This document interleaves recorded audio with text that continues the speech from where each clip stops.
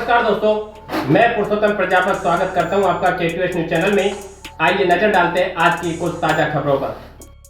Gangapur city उपखंड में मुस्लिम राष्ट्रीय मंच सेवा के राष्ट्रीय अध्यक्ष आबिद शेख सोनम मेरिजम पहुंचे, जहां मंच के प्रदेश सह संयोजक अब्दुल सलाम के निवेदन पर उनके 1 दिवसीय प्रवास का आयोजन किया गया।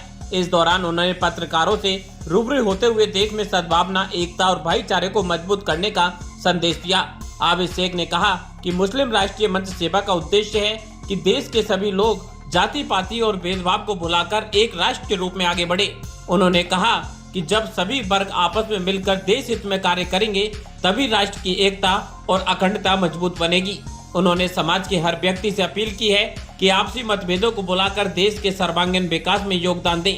प्रवास के दौरान उन्होंने मंच के प्रदेश सह संयोजक अब्दुल सलाम को संगठन का विस्तार करने के निर्देश दिए ताकि हर वर्ग का इंसान इसमें जुड़ सके और राष्ट्रीय एकता के अभियान को और मजबूती मिल सके। कार्यक्रम में मौजूद लोगों से भी उन्होंने भाईचारे, सद्भाव और शांति का संदेश फैलाने की अपील की। आइए देखते हैं ब्रेक के बाद संवाददाता पवन शर्मा की रिपोर्ट। उचित कीमत पर दवाओं का एकमात्र स्थान शिफा मेडिकल स्टोर, जहां सभी प्रकार की दवाइयां उचित दाम पर मिलती है।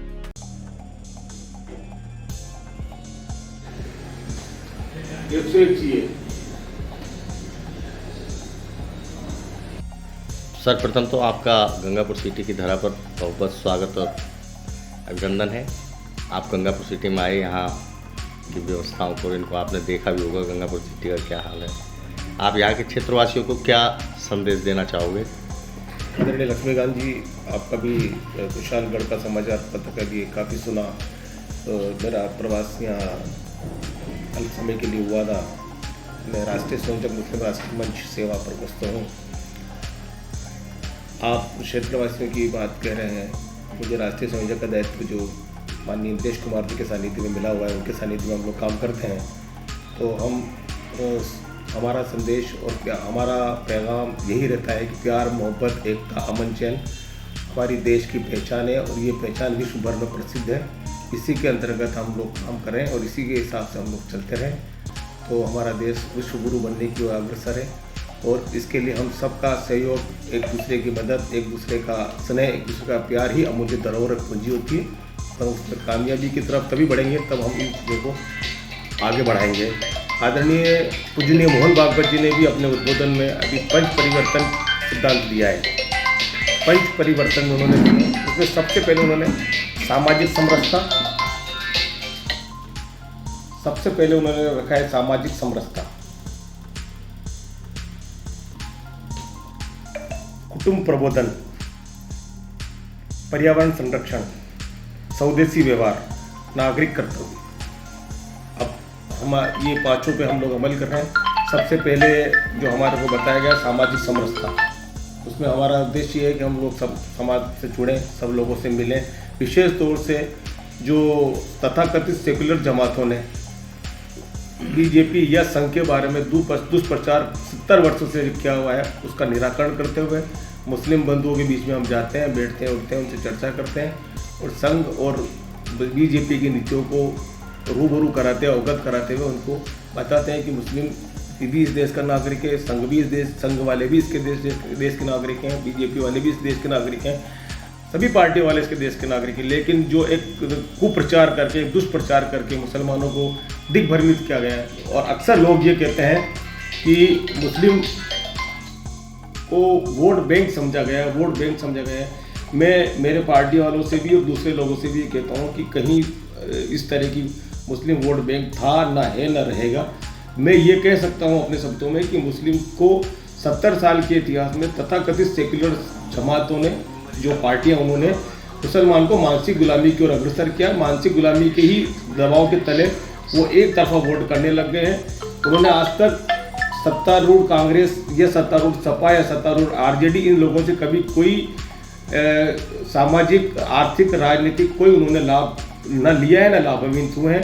सिर्फ वोट देने का उनको काम किया गया, इस डर से कि कहीं बीजेपी आरएसएस नहीं आ जाए, बीजेपी नहीं आ जाए, उसको हम दूर करने का प्रयास करें। बीजेपी और संघ का है कि मैं संदेश प्यार, मोहब्बत, एकता। और आदरणीय इंदिरा जी हमेशा अपने उद्बोधन में कहते हैं कि हिंदुस्तान का मुसलमान भारतीय था, भारतीय है, भारतीय रहेगा।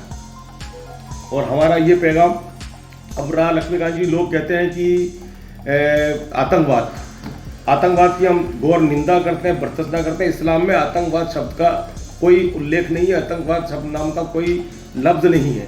आतंकवाद नाम से कोई हमारे यहाँ पर, इस्लाम हमेशा अमन, प्यार, मोहब्बत, भाईचारे का पैगाम देता है।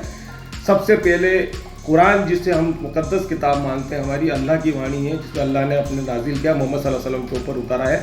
उसमें या अय्युहल्लज़ीना आमनू, ए ईमान वालों, ए ईमान वालों, उसमें ये नहीं कहा है ए मुसलमानों, ये नहीं कहा ए मोमिनों, ए मियाँ भाइयों, उन्होंने कहा ए ईमान वालों। जो ईमान वाला होता है वो मुसलमान होता है, जो मुसलमान होता है वो आतंकवादी नहीं होता है। अब जो बेईमान है वो अपने आप सोच ले वो कौन होगा, जो शैतान है वो अपने आप सोच ले कौन शैतान होगा। सबसे पहले अहिंसा परमो धर्म जो जैन पद्धति से है, तो यही मोहम्मद साहब सल्लल्लाहु अलैहि वसल्लम का फरमान है, अहिंसा परमो धर्म।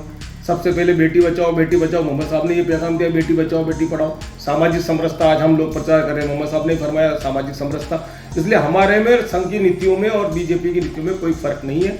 हम मुसलमानों से भी गुजारिश करते हैं, निवेदन करते हैं कि ये सारे जो तथाकथित आडंबरों को छोड़ते हुए हमारे देश के नागरिकों के साथ कदम से कदम मिलाकर आगे बढ़े। इस शेर के साथ कि एक चेहरा नहीं इंसान पढ़े जाते हैं, एक मजहब नहीं ईमान पढ़े जाते हैं। मेरा जो भारत जमाने में वो देश है जहाँ एक जगह गीता और कुरान पढ़े जाते हैं। Vardhaman multi speciality hospital Gangapur city जिले का अत्याधुनिक सुविधाओं युक्त सर्वश्रेष्ठ हॉस्पिटल है, जिसमें RGHS IPD और OPD, प्रसव पर जननी सुरक्षा योजना, मेडिकल क्लेम की सुविधा उपलब्ध है। आपके शहर गंगापुर सिटी में शादी हो, सगाई, बर्थडे पार्टी या कॉर्पोरेट मीटिंग, हर खास पल को बनाइए यादगार रॉयल अंदाज में।